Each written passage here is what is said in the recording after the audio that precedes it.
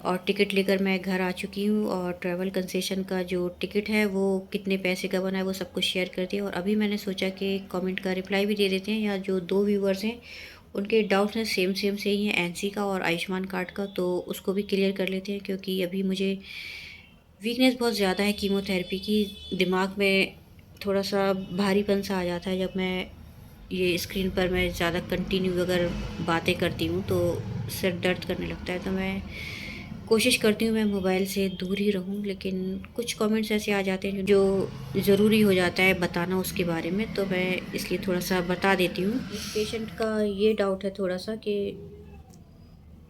हमें जो उनका आयुष्मान कार्ड है वो रजिस्ट्रेशन के टाइम पर जमा किया जाएगा। तो आयुष्मान कार्ड जो है वो रजिस्ट्रेशन के टाइम पर जमा नहीं किया जाएगा। उसके लिए आपको सबसे पहले तो रजिस्ट्रेशन करवाना है। टाटा का जो ट्रीटमेंट प्रोसेस है वो फिर से बताऊंगी मैं इस वीडियो में। तो ट्रीटमेंट प्रोसेस बताएंगे आज फिर से हम इस वीडियो में। तो सबसे पहले आपको टाटा हॉस्पिटल पहुंचकर रजिस्ट्रेशन करवाना है। रजिस्ट्रेशन काउंटर हॉस्पिटल के जो बैक साइड है वहाँ पर है, R1 R2 R3। तो वहाँ जाकर आप अपना रजिस्ट्रेशन करवा लेंगे और रजिस्ट्रेशन करवाने के बाद जो भी पेमेंट आपको जमा करना होगा वो आप जमा कर देंगे। आपको अपने पैसे से आपको फ़ीस पे करनी है, वहाँ पर जमा करना है। तो और हॉस्पिटल के अकाउंट में पैसे जमा करने के लिए आप QR कोड का इस्तेमाल कर सकते हैं। और प्राइवेट जो टाटा की होमी बाबा बिल्डिंग है वहाँ जाकर भी आप काउंटर पे अपना पेमेंट जमा कर सकते हैं। और जनरल में जो R1 R2 R3 R4 counter है वहाँ पर एक काउंटर भी है जहाँ पर आप अपना पेमेंट जमा कर सकते हैं। और अभी जो नए कार्ड बन रहे हैं टाटा हॉस्पिटल के उसमें एक QR कोड, एक स्कैनर दिया होता है, तो उसको स्कैन करके भी आप हॉस्पिटल के अकाउंट में अपना पेमेंट जमा कर सकते हैं। तो इस तरह से आप अपने पैसे जमा कर पाएंगे हॉस्पिटल के अकाउंट में। और जब आप पेमेंट कर देंगे तो वहाँ से आपके टेस्ट वगैरह स्टार्ट हो जाएंगे। और टेस्ट जब स्टार्ट हो जाएंगे, सारे रिपोर्ट्स क्लियर हो जाएंगे, उसके बाद डॉक्टर्स करते हैं ट्रीटमेंट का प्लान कि अभी आपको ट्रीटमेंट कौन सा देना है। आपकी सर्जरी होनी है, कीमोथेरेपी, रेडिएशन, जो भी आपका ट्रीटमेंट होना होगा उसके लिए डॉक्टर जब आपको बताएंगे तो आप अपनी OPD में डॉक्टर से बोलेंगे कि हमारे इस ट्रीटमेंट में कीमोथेरेपी है या फिर सर्जरी है, जो भी आपका ट्रीटमेंट है उसमें कितना खर्चा आने वाला है। तो डॉक्टर उसके लिए आपको फ़ाइल के ऊपर लिख कर दे देंगे कि आपके इस ट्रीटमेंट में इतना खर्चा आने वाला है। तो उसके लिए फिर आप डॉक्टर को बोलेंगे कि आप एबल नहीं है कि ये ट्रीटमेंट आप अपने पैसे से करवा पाएँ, तो आप कॉस्ट सर्टिफिकेट का उनको बोलिए कि हमें कॉस्ट सर्टिफिकेट का लिख कर दे दीजिए।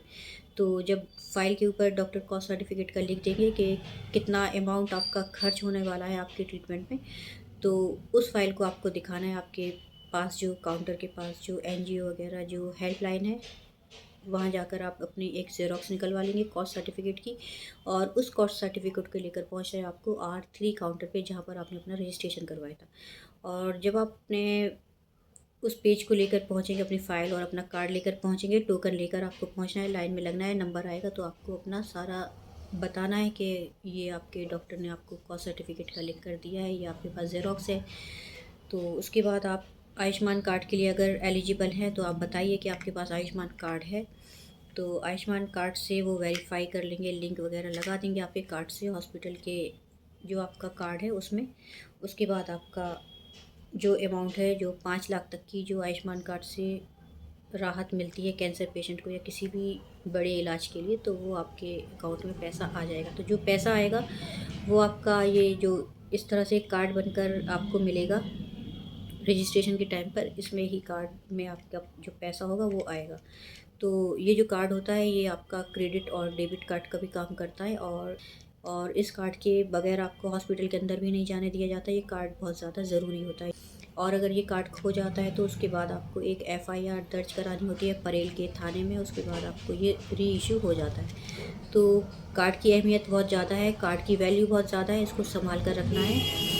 क्योंकि हॉस्पिटल में जो भी लेन देन होता है या फिर जो भी आपकी बिलिंग वगैरह होती है, कोई स्लिप होती है, OPD की, कुछ भी होता है तो इस कार्ड की ज़रूरत होती है। तो इस कार्ड को संभाल कर रखना है, ये बहुत ज़्यादा इम्पोर्टेंट है, ठीक है। तो जो भी कार्ड में पैसे आएंगे वो इस कार्ड के अंदर आएंगे। और इसको चेक करने के लिए कि पेमेंट आया या नहीं आया, उसके लिए आपको ये जो OPD टोकन का नंबर है उसमें एक प्रोसेस है कि आप इस तरह से टाइप करेंगे तो आपको अपना अमाउंट पता लग जाएगा कि कितना बैलेंस आपके कार्ड में है। तो आप उस तरह से आप देख पाएंगे। और मैंने वीडियो बनाए हैं अपने चैनल पर, आप अगर देखेंगे तो आपको समझ में आ जाएगा कि how to check your balance और how to take your OPD token. तो इस तरह की वीडियो अगर आप देखेंगे तो आपको प्रोसेस समझ में आ जाएगा कि बैलेंस को चेक करने के लिए और ओपीडी टोकन का क्या प्रोसेस है ऑनलाइन। तो इस तरह से आप अपना बैलेंस चेक कर पाएंगे और समझ में आ जाएगा कि कार्ड में जो पैसे हैं वो कितने हैं, आए या नहीं आए, वो कैसे देख पाएंगे। तो आप इस तरह से उसको देख पाएंगे। ठीक है, तो आपका जो डाउट है कि आयुष्मान कार्ड क्या डायरेक्ट बिलिंग काउंटर पे ले लेते हैं, तो Ayushman card direct billing counter पे तब लेंगे जब आपके डॉक्टर आपको कॉस्ट सर्टिफिकेट का लिख कर दे देंगे। उसके बाद आपको आयुष्मान कार्ड लगाना है, उसके बाद आपका ट्रीटमेंट के लिए जो पैसा होगा वो आपका आ जाएगा।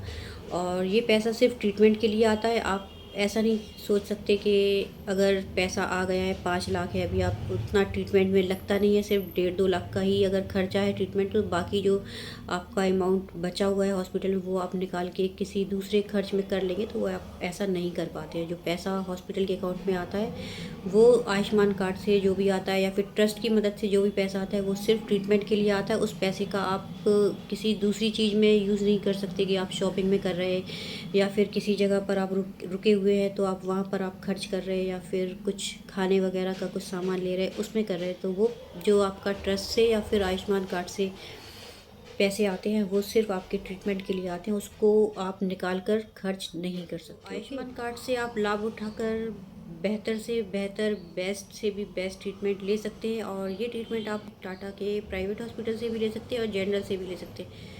तो आप बेनिफिट ले सकते हैं आयुष्मान कार्ड का। बेहतर से बेहतर, बेस्ट से भी बेस्ट ट्रीटमेंट करवा सकते हैं प्राइवेट हॉस्पिटल में भी और जनरल में भी। तो आप अच्छी से अच्छी मेडिसिन लीजिए उस आयुष्मान कार्ड से और अच्छा ट्रीटमेंट ले सकते हैं और कैंसर से क्योर कर सकते हैं। तो आप आयुष्मान कार्ड का बेनिफिट अपने ट्रीटमेंट के लिए करवा सकते हैं। और एक और दूसरा कमेंट है कि मैम एनसी फाइल वाले को ट्रस्ट की मदद कैसे मिलेगी।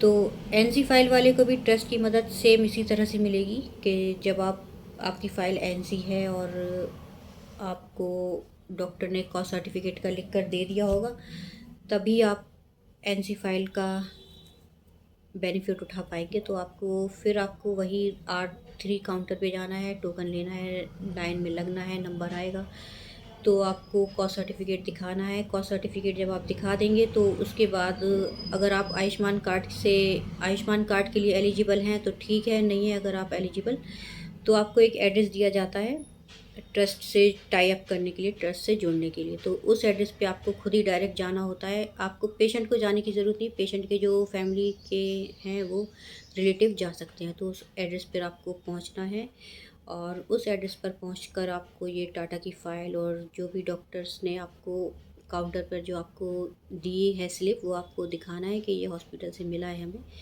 उसके बाद ट्रस्ट से आपको पैसा आ जाता है। तो ट्रस्ट की मदद से जो पैसा आता है वो पूरे इलाज के लिए नहीं आता है।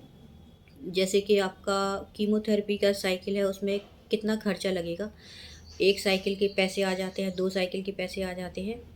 तो अगर 6 साइकिल है तो टोटल 6 साइकिल्स के जो ट्रस्ट की मदद से पैसा आता है वो इस तरह से नहीं आता है। अगर 1-2 साइकिल का आएगा पहले, उसके बाद फिर से आपको उस ट्रस्ट पे जाना होगा, फिर से डॉक्टर से लिखवाने की ज़रूरत नहीं है उस टाइम पर बार बार कि कॉस्ट सर्टिफिकेट का लिखिए। एक बार कॉस्ट सर्टिफिकेट जब लगा दिया जाएगा तो फिर आप ट्रस्ट पे पहुँचेंगे, फिर आप बोलेंगे कि हमारा नेक्स्ट ट्रीटमेंट होना है और हमें फिर से मदद चाहिए। तो इस तरह से पैसे वो फिर आपके हॉस्पिटल के ये जो कार्ड है इसमें आपके भेज देते हैं वो। तो वही है आपका कि आप उसी तरह से चेक कर पाएंगे कि जो आपका ओपीडी का टोकन लेते हैं उसी नंबर पे आपको बताया जाता है कि टाइप 1 कीजिए तो आपका जो बैलेंस है वो आप चेक कर पाएंगे। तो इस तरह से आप उस बैलेंस को चेक कर सकते हैं।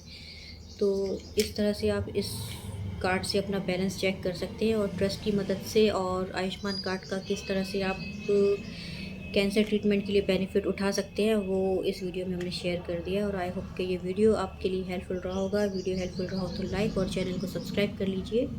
मिलते हैं फिर नए किसी वीडियो में, तब तक के लिए थैंक यू और थैंक यू फॉर वॉचिंग। दुआओं में याद रखिए और हैप्पी शिवरात्रि। शिवरात्रि की सभी को ढेर सारी शुभकामनाएं।